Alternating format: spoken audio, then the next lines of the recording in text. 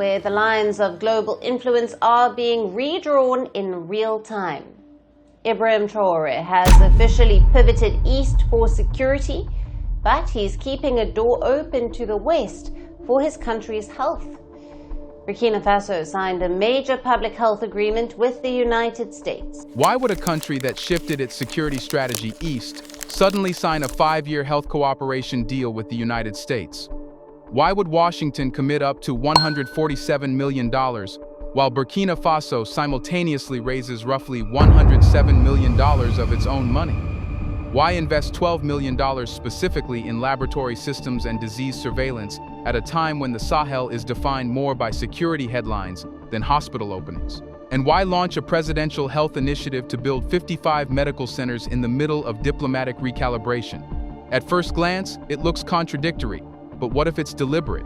What if this isn't about choosing sides, but about choosing sectors? What if this is Africa learning to negotiate without kneeling, to cooperate without surrendering, to pivot without panic? Let's find out.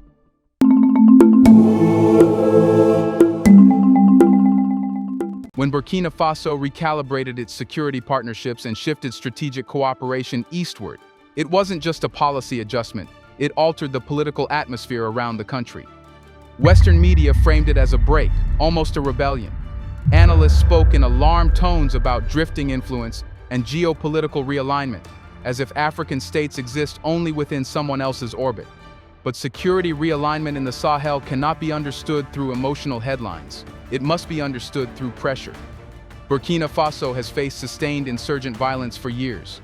Armed groups move across porous borders, exploit rural vulnerabilities, and test the state's ability to protect its people.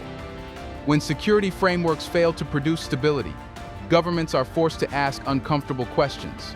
Is the partnership effective? Is the strategy working? Is sovereignty intact? Security is not symbolic, it is existential. In history, nations that outsourced too much of their security often found themselves trapped in cycles of dependency. External forces become embedded, policy becomes influenced. Strategic autonomy shrinks quietly, sometimes invisibly. African leaders have seen this pattern before, in Cold War alignments, in post-colonial interventions, in military arrangements that blurred the line between assistance and presence. So when Burkina Faso shifted its defense posture eastward, it was not merely about choosing new friends, it was about reclaiming decision-making space. It was about saying, security is not a permanent franchise owned by any one power. But here's where the story deepens. If this pivot were ideological, we would expect total disengagement from Western systems. We would expect diplomatic silence, frozen cooperation, and rigid division. That did not happen. Instead, something more calculated emerged. While security channels were being restructured, a separate domain remained open. Quietly, strategically, without drama. Public health. This is where many observers misread the moment. They see a contradiction. But contradiction only exists if one assumes that geopolitics must be binary, that a state must either embrace or reject a power entirely. Burkina Faso's move suggests something different. Sectors are not married to each other. Security can pivot, health can cooperate, trade can diversify, infrastructure can be negotiated separately. That separation is not accidental, it is protective. Because once a country learns that different pillars of sovereignty can operate independently, it gains flexibility. If tension rises in one domain, another remains functional. If one partnership strains, others sustain stability. The pivot east in security was about effectiveness and control. It was about refusing stagnation, but it was never about isolation.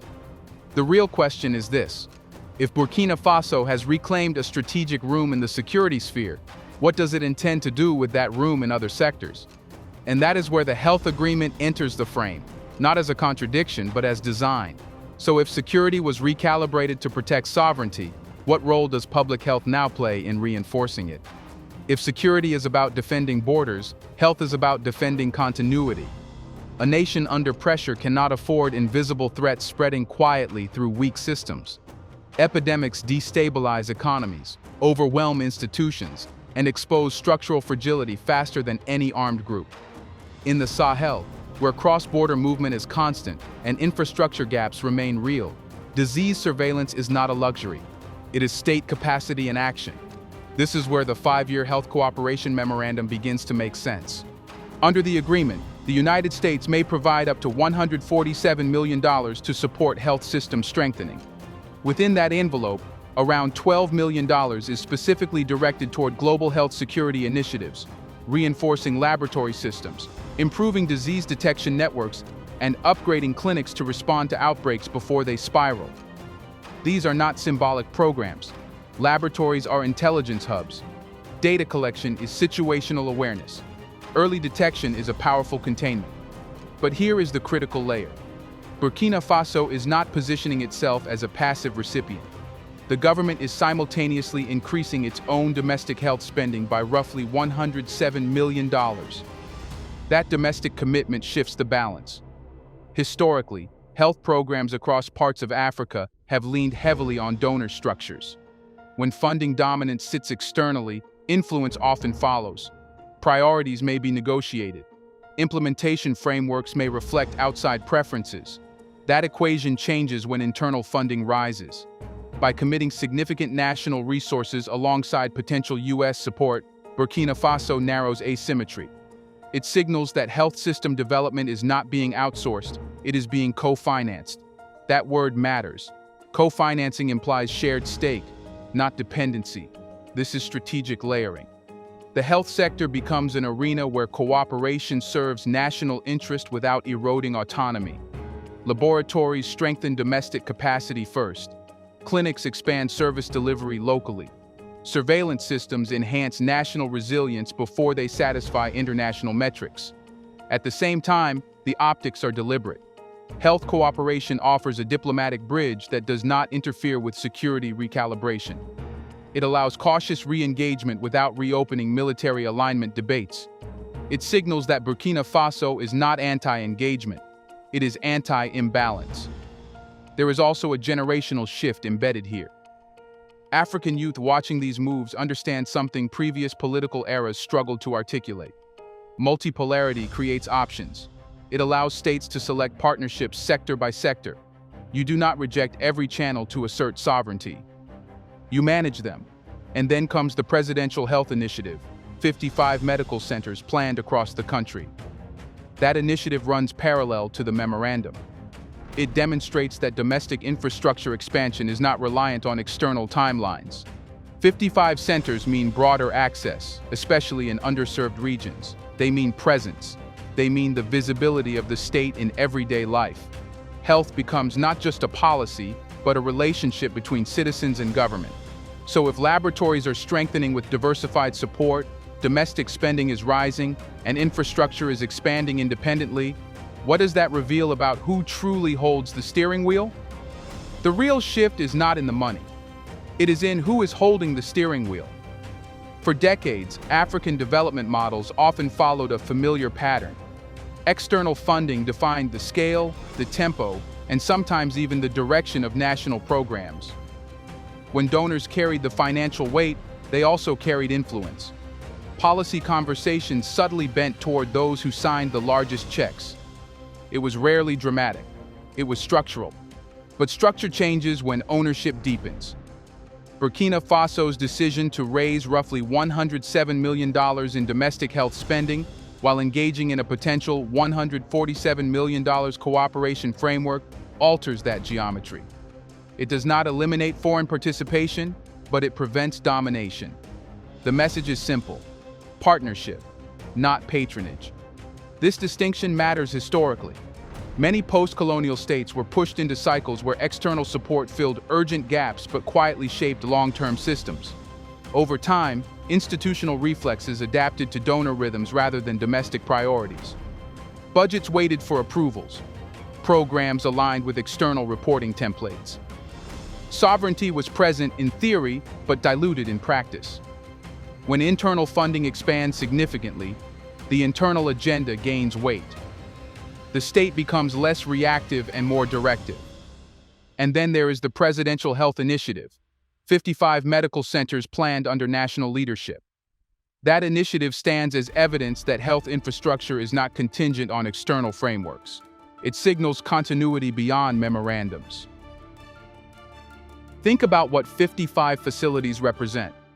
They represent access points across districts that may have felt invisible to centralized systems.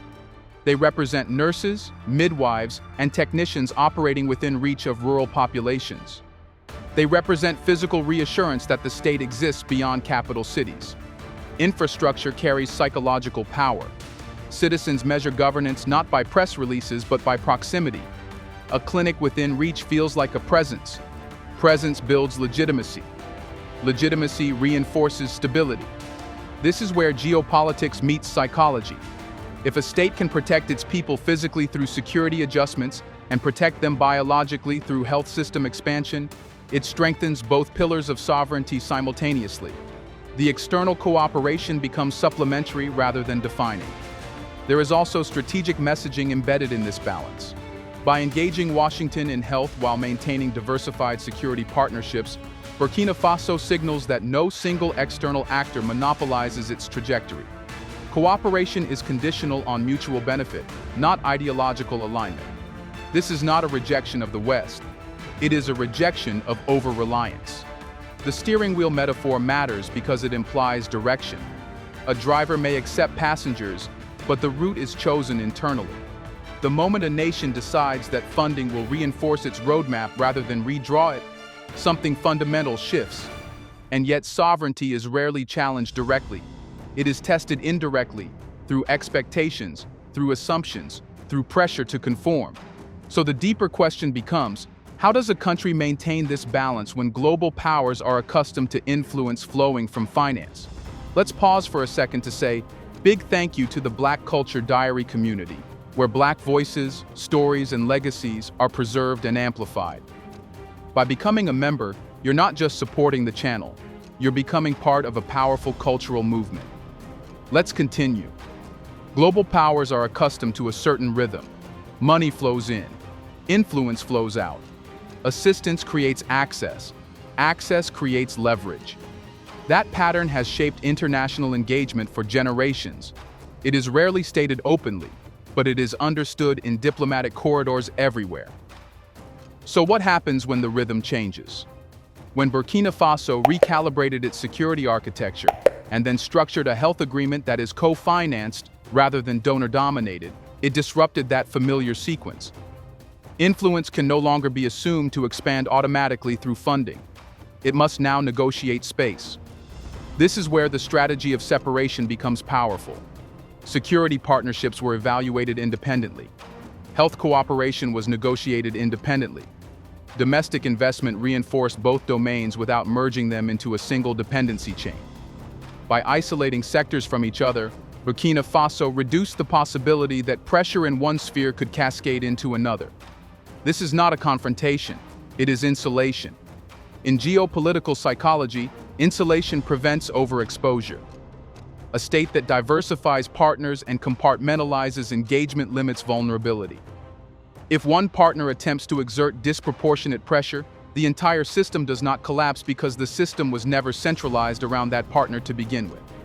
Historically, many African states found themselves entangled in comprehensive agreements, defense training tied to governance programming, development funds tied to policy benchmarks, and health aid tied to broader diplomatic alignment. Those bundles created structural dependency. Untangling them is complex, but once untangled, flexibility increases. Burkina Faso's current posture suggests that untangling is underway. Health cooperation does not signal security reversal. Security realignment does not signal diplomatic hostility. Each lane operates with defined boundaries. This boundary setting is subtle but transformative. It sends a message not through speeches but through architecture. Cooperation is welcome, but it will be compartmentalized. Influence will be negotiated, not assumed. There is also a generational shift in mindset underpinning this approach. African youth observe a world where power is distributed across multiple centers: Washington, Beijing, Moscow, Ankara, and Delhi. In such a world, alignment is no longer singular. It is modular. Modular sovereignty allows a country to plug into different networks without surrendering the entire system. But modularity requires discipline. It requires constant calibration. It requires internal clarity about national priorities. And that clarity raises a deeper question. If Burkina Faso can insulate its sectors and diversify its partnerships, what does that signal about Africa's broader trajectory in a multipolar era?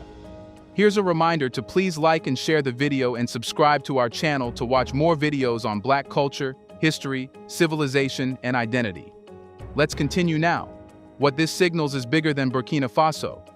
For decades, Africa was narrated as a chessboard. External powers moved pieces. African states reacted. When alliances shifted, the continent was described as losing or gaining influence, as if sovereignty were something borrowed. But something has changed, and it is generational. The youth of the continent grew up watching structural adjustment programs shrink public sectors. They watched loans outlive leaders. They watched military agreements that promised stability but delivered uncertainty. They watched health crises expose fragile systems that depended too heavily on external supply chains. So when they see a country pivot security where it believes it must, while simultaneously co-financing its health system and expanding domestic infrastructure, they do not see a contradiction. They see negotiation. They see a state that is no longer trapped in the old script of total alignment. Multipolarity is not an abstract theory for this generation. It is reality. It means options. It means flexibility. It means that no single capital holds a permanent monopoly over Africa's future. Burkina Faso's strategy reflects that awareness. By increasing domestic health expenditure significantly while engaging in structured cooperation, it reinforces internal responsibility. By launching 55 medical centers under national leadership, it signals that public service expansion is not outsourced. Maintaining diversified partnerships across sectors, it demonstrates that engagement is selective. Selective engagement is power. Sovereignty today is not just about borders. It is also about our ability to choose our partners from a position of strength and align our interests. This model challenges an outdated narrative that sovereignty must look like isolation or rebellion. Instead, sovereignty can look like balance. It can look like calculated cooperation without submission. There is also psychological liberation embedded in this shift. When a nation learns it can compartmentalize relationships, it stops fearing rupture, it stops seeing diplomacy as a fragile bridge that could collapse with one disagreement. Instead, it builds multiple bridges. Multiple bridges mean resilience. This does not eliminate global power imbalances. It does not magically erase external influence. But it complicates the equation. It forces every partner, Western or otherwise, to negotiate rather than dictate. And perhaps most importantly, it reframes Africa's role in global politics from passive recipient to active designer. But design alone is not enough. The final test is whether this layered sovereignty produces lasting stability, lasting health capacity, and lasting strategic autonomy. So the question remains, can this approach evolve from tactical maneuvering into a durable blueprint for the continent's future? Whether this becomes a blueprint depends on one thing: consistency. A single agreement does not redefine a continent. A single pivot does not dismantle decades of structural imbalance, but patterns do. And what we are seeing in Burkina Faso is the early outline of a pattern, one where sovereignty is exercised through segmentation, co-financing, and deliberate diversification. If the laboratories strengthened under this agreement become permanent national assets, the country gains epidemiological intelligence that cannot be withdrawn with a diplomatic disagreement.